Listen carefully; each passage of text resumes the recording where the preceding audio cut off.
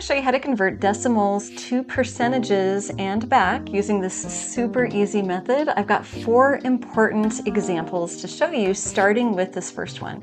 I want to convert 0.35 to a percentage. To convert that to a percentage, I want to think of that as 0.35 is equal to some value over 100. So percent literally means per 100. So this gives me a really simple math problem to do. That means that I want to cross multiply and multiply that 0.35 by 100. So I end up doing 0.35 times 100 is equal to that percentage value P. Now, when I multiply something by 100, it means that I'm really moving my decimal 2 places to the right, which is our super shortcut. It's easy to forget which way to move your decimal, but I'm going to be moving that decimal 2 places to the right. If you forget, no big deal. Just know that you're always multiplying that by 100.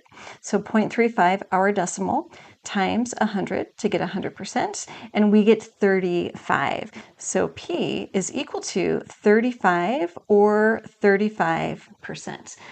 In this next one, we want to convert 0.127 into a percentage. Now I know that I can set that up as 0.127 equals P over 100, or I can just take my shortcut and do 0.127 times 100. This way you will never forget how to move that decimal. That decimal, when I multiply, moves it 2 places to the right, but a quick calculation gives you the right answer every single time. We get 12.7 there. So P is equal to 12.7%. But what about a number like 2? There is really no decimal place to start with, but I can put a decimal place in there. So it's going to be 2 or 2.0000, right? But I want to multiply this again by 100. So even if you don't have any decimal places, let me erase that, and you just had the number 2, you know that you're going to get the right answer every time. Well, 2 times 100 is 200, so our answer is 200%. Now, I haven't shown you how to convert them back, and we're going to do that after we do this last one. We're going to take all of the percentages that we got and convert them back into decimals. Okay, so here's our last one. See if you can figure this one out by yourself. Pause the video for just a second, and then go ahead and catch up with me. Well, I've got 0.004. I want to multiply that by 100. Sometimes I even throw the percentage in here so I don't lose track of anything. Multiplying that by 100%, my calculator or just moving my decimal will give me that correct placement of the decimal. And I end up with, I'm going to put a 0 out in front. I get 0.4%.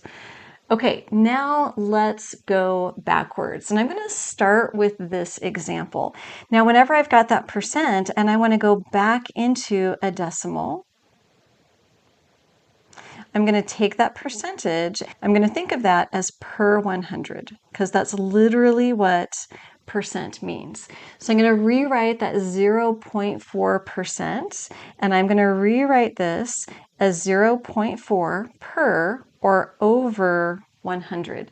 Doing the math in the calculator, I've got 0.4 divided by 100, and that gives me that 0.004, which exactly matches what we started with at the beginning. So we can put a check there. Okay, let's go back through the others too. We also want to convert 200% back to a decimal.